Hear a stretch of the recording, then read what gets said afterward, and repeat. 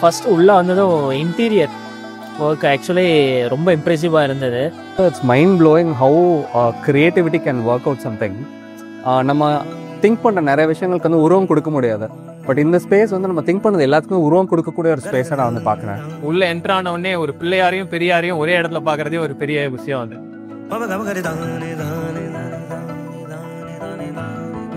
உள்ள வந்ததும் விட உள்ள அந்த ரோட்ல போகும்போதே உள்ள வர வைக்குது ஸ்டோர். அந்த மாதிரி ஒரு அவுட்டர் லுக்கே சூப்பரா இருக்கு.